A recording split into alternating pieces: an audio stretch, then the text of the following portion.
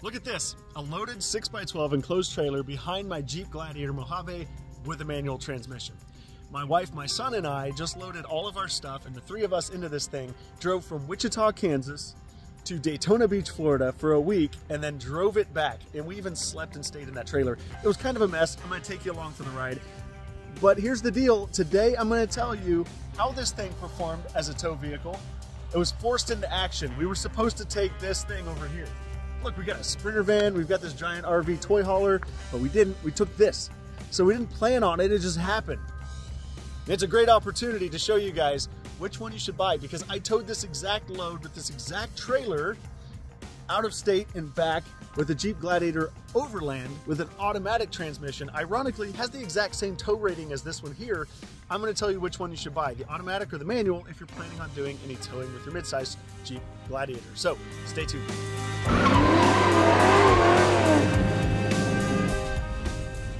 You'll see the wind on my Uconnect screen here, 25 miles an hour. I have a 25-mile-an-hour headwind. So I thought, what better day to tow with my Jeep Gladiator and give you guys a review on it than today. I thought this would be a great apples-to-apples comparison, because the Overland Gladiator that I towed this load with had a tow rating of 4,500 pounds, which is exactly what my Mojave with manual transmission has, 4,500 pound tow rating. And I mean, it's apples to apples. There's no special equipment on either truck. So which one is better for your needs if you're going to tow? Manual or automatic, or neither? So let's start out by looking at the automatic. I'm driving the manual now, but let's rewind and go back to when I drove the automatic. Here we go. Big con is the tech. The tech in this vehicle when it comes to towing is just not there. Where most people, especially those who have had kind of older school trucks, or coming from a more base trim of another model, they might not miss that. Not gonna lie, I plugged the trailer into this, I jumped in it expecting to see something on the MFI at least telling me that there was a trailer plugged in, and I had nothing. So maybe I'm spoiled by the Ranger, but the Ranger's a direct competitor to this truck, and my Ranger was a 2019. This one here's a 2023. Okay, so there's that. Now, just driving down the road, how do I feel about the driving experience? It's okay. It's not great, it's okay. I've been driving the automatic and actually really liking it for an automatic. I'm excited to get my manual, but this thing's excellent in most cases, not when towing.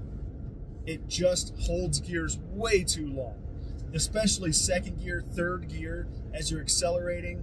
Even if you're not trying to get up to speed and you're kind of holding speed at, say, 30 miles an hour, the transmission will sit at 5,000, 5,500 RPM and not shift. I have had to bump it over into manual and manually shift this transmission to get the right gear selection. It really doesn't like to tow. It's not maybe calibrated for it. I'm not sure what the deal is. I wouldn't haul anything heavier behind this Gladiator and feel very comfortable with it. All right, as you can see, not a glowing review for the automatic Gladiator. In fact, I labeled that video on our sister channel, Lackeys Be Trippin'. You can watch that video in its entirety there, but I labeled that video, "Is this the worst towing truck you can buy?" Just wasn't impressed. So naturally, I get my manual Jeep and I'm like, this is probably gonna be worse. The reason I'm making this video today, and I apologize if you can hear the wind, soft top problems, Jeep problems. But the reason I'm making this video today is because I'm returning this trailer to my buddy, Joey, handing it back to him tomorrow. And we just got done taking this on a trip down to Daytona, Florida.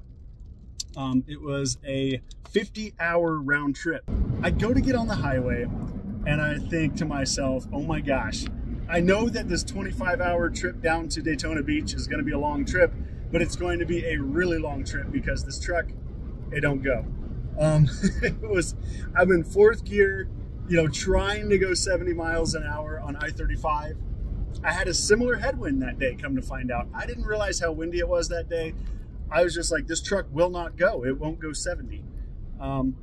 We got pulled off at the first rest area, just, about 10 miles down the road. And I looked and I realized, oh shoot, I looked at my Uconnect and realized we had a 20-mile-an-hour headwind. So it wasn't all bad. It was understandable, you know, as to why that was happening. Because not only is the Jeep a brick, but the trailer is a taller brick. And so just a lot of wind resistance. It was struggling. It was struggling. But here's the deal. After I learned to use the manual, and I learned, like, okay, these are the gears that I should be in depending on the inclines and that sort of thing, it was actually better than the automatic. Because with the automatic, I had to put it over into manual anyway, and I had 8 speeds to choose from, so I was always kind of hunting through gears.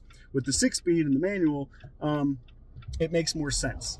And what's ironic about this, you may have watched my video where I reviewed the manual transmission Jeep, and I, again, didn't give it glowing reviews. I own this thing, I love it, but the transmission, not so great.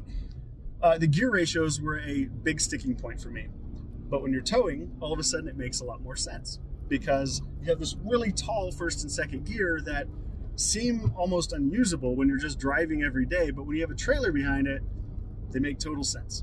Because getting off the line requires very little learning. Like, there's sometimes a learning curve with a manual transmission and a trailer. You gotta learn again how to modulate the clutch and throttle again. It's like learning to drive a stick all over again. Not with the Jeep, because these nice tall gears allow you to get off the line, allow you to just keep going. But once you're up to speed, and once you're on the highway, again, going back to that manual transmission video, I complained about 5th and 6th gear feeling a little bit redundant and too long-legged. And it's magnified with the trailer behind it, because again, I was driving in 4th gear a lot of time. Now, once we got down to Oklahoma, you know, we had that headwind going down I-35 south. Once we got down to Oklahoma and we made a left and we started heading east towards Florida, the headwind died down. It became a crosswind, and it was just a breeze at that point, and the truck became a lot more manageable. So through the flat I-40 sections of Oklahoma, this thing was totally fine. I was in 5th gear and just cruising, you know, 70. I could dump it down into 4th and get up to 75 and pass people, and it wasn't bad at all. Then we hit Arkansas.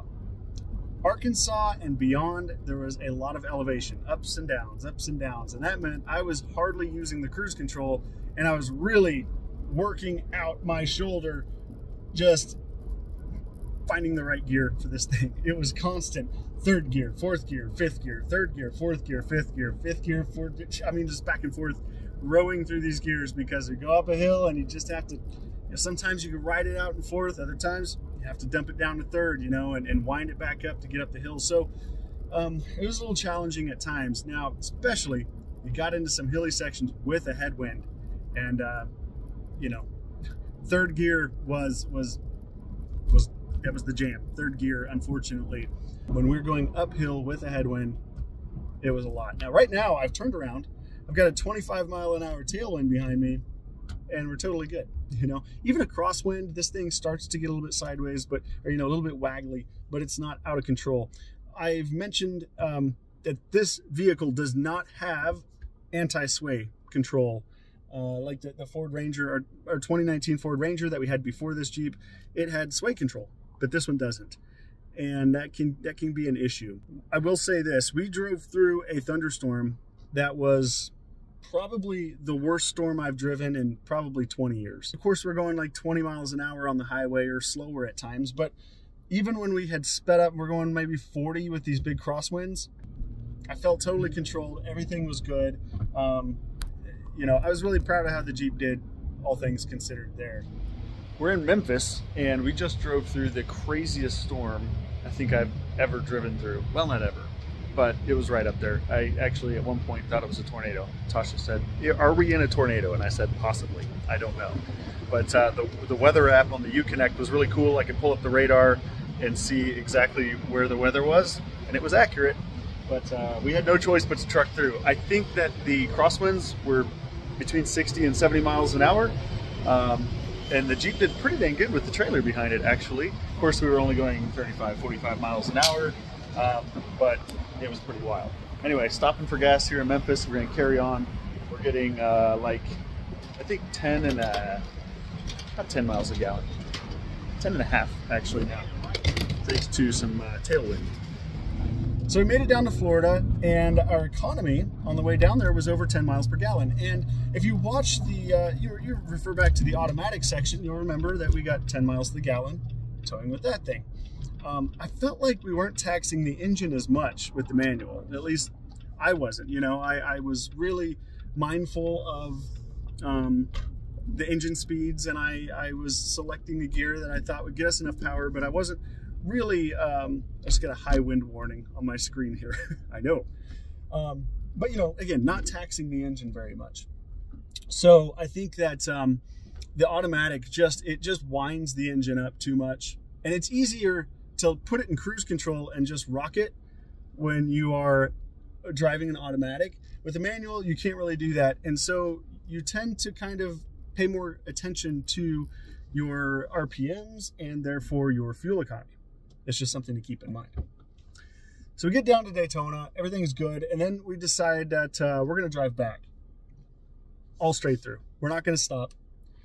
My wife, my son Carter, and I, we decide we're gonna go straight through 25 hours. And so we did. And that meant Carter and Tasha drove as well. Each of us got seat time. And all of us, I mean, it was fine. You know, nobody complained. Even Tasha, she sometimes grapples with, you know, choosing the right gear, and she stresses about towing a trailer. So she was intimidated by towing a trailer with the manual transmission. She did just fine. So anyway, I honestly think that the manual Jeep drives better than the automatic in a towing situation, honestly. I was pretty impressed with it. And actually, the transmission was my biggest complaint. It wasn't even the power. With the automatic Jeep, the transmission was my biggest complaint. It wasn't the V6 or anything like that, or the ride or anything. It was the transmission. It was always hunting gears. It wanted to hang revs way too long, and it was just burning fuel unnecessarily. So anyway, that's my review of our Gladiator manual transmission Mojave towing, as well as the automatic Overland with the same tow rating, 4,500 pounds. Now keep in mind, in your owner's manual, you're going to see you can tow over 7,700 pounds with a max tow package Sport S Gladiator. And you can get a tow package, which is somewhere in the middle there. But the key here is with the max tow package, you get no additional power. It's the same transmission, same stuff. You know, you do get a bigger alternator. You get more cooling for the engine, but you're not going to get any more power, any more drivability. So even though this is rated lower in terms of tow capacity, in terms of power and delivery, it very much drives the same. Now there's some gearing and stuff that's a little bit different, but overall, I'm going to say if you're planning on towing, maybe you shouldn't get the Gladiator. I know it has a high tow rating, but I feel like that's a little bit of a, it's kind of a paper tiger tow rating, if I'm honest. It's like second in class in mid-sized trucks, which is huge. But again, it doesn't really deliver in the real world, unfortunately. But everything else, it does great. I really, really love this truck, and it'll do what I need it to do in terms of towing. It'll do that just fine. But if you need more, just be aware, just be mindful. I'm trying to help you out here. So the Jeep Gladiator doesn't tow extremely well. It doesn't haul a lot of stuff either. People tell me on my page and in my comments, you guys have said that this isn't a real truck sometimes. And it hurts my feelings because I can tow stuff, I can haul stuff, and not much, but it is a real truck in some ways, right? Tell you what, we're gonna make a video about that soon, so stay tuned. We're gonna answer the question, is the Jeep Gladiator a real truck? I want you guys to tell me in the comments what you think. Thanks for watching. I'll see you in the next video.